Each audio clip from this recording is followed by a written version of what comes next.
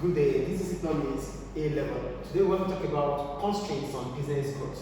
We'll talk about constraints on business growth. Basically, we're talking about reasons why businesses find it difficult or find difficulty in expanding or in growing. So we'll go on. So there are numbers of different constraints on business growth, including the following. One, the size of the market. When we talk about the size of the market, the market vary in size. Some local markets are very small. Take the example of a flower shop in a large village in rural Spain. The local market may be able to support the business adequately with customers coming from surrounding villages. However, expanding the business, for example, by opening a new shop in the next village may fail because there are not enough customers in the market in the two villages. Equally, national and international market can be relatively small. The market for cricket balls, for example, is much smaller than the market for coffee. The opportunities for expansion in the cricket ball market are very limited in comparison to the coffee market. So the first constraint we need to talk about is how big or small the market is itself. So you make an example of a flower shop here. A flower shop might be able to, to sell big within a community, but trying to expand into another community might be difficult because the customer base is in between the community, the market, or the flower businesses. So one of the reasons why a business might find it difficult to expand is the kind of customers they deal with. That is what we call the market. So if the market that the business or the firm is dealing with is small, then there's no point expanding because if it does, it's likely to fail. So that's the first reason, the size of the market, how big or small the market is based on the customer. The second one,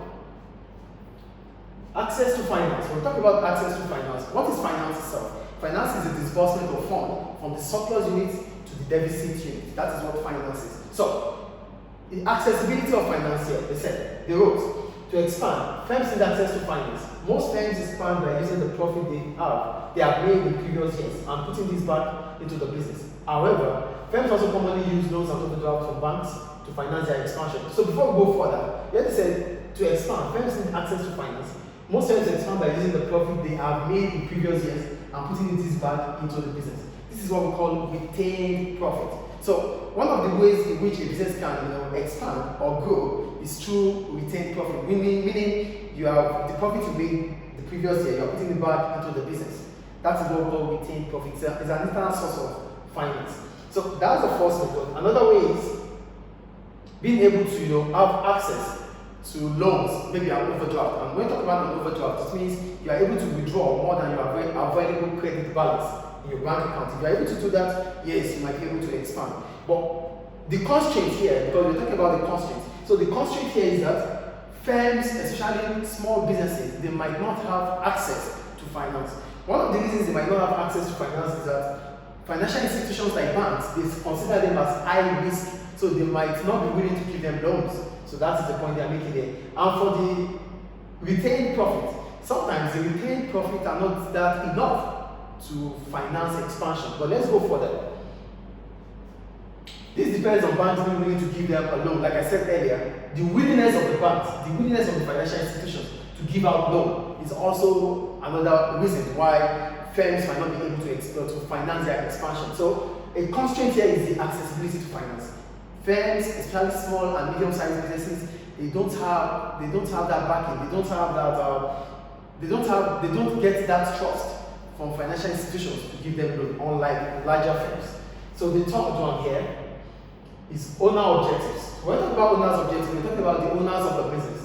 Not every owner wants to grow a firm. Owners can have many objectives. They may be happy with the profit they are currently making and not wish to have the extra work or the extra risk that comes from growing a business. So what we're talking about here is that some owners of the business, they are happy, they are okay with profit satisfies them. So the profit they make is enough for them. And another reason is that they might not be willing to take further risk because the larger the business, the larger the risk exposed to. So some owners of the business, they are just satisfied with being small. As a result, they do not want to expand. So the first constraint of expansion is the size of the market. The second one we talked about is accessibility to finance. The third one now is about owner's objective, which means it might be the owner's decision not to want to expand. The fourth one, regulations. When we talk about regulations, we're talking about laws. So let's read. Most firms are able to expand their businesses without any interference from government. However, government, however, government regulation can be an important factor in a few cases. For example, EU merger regulation could release minors and takeovers which would significantly reduce competition in the EU. In the EU single market, for example, if they would create dominant companies that are likely to raise prices for consumers. So the point I'm making about regulation is this: sometimes firms will want to merge, but according to the notes here, European Union do not accept, the European Union regulation do not accept firms merging together in bringing about consumers' dissatisfaction. Like when firms merge together, consumer choices remains less. So firms in the EU, regulation states that they are not to merge if it will reduce regulation. So sometimes firms want to expand, but due to the fact that there are regulations, there are laws guiding their expansion, they won't be able to expand. That is the point they're making here. So according to the European Union regulations, mergers that will bring about reduced competition is not always acceptable or allowed. As a result of that, there's a constraint in expansion. And okay, do we have another one here? I think so. We talked about regulation, and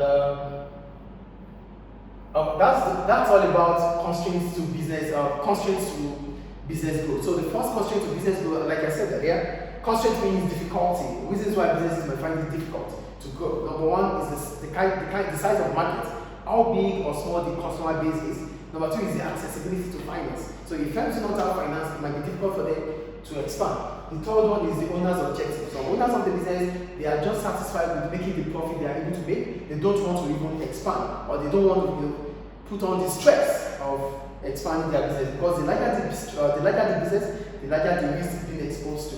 And the last one is about regulations. Now, when we talk about regulations, we're talking about the laws that guides or that govern expansion. So for merger, according to the European Union, any merger or acquisition that will bring about reduced competition is not always allowed. So that is all about constraints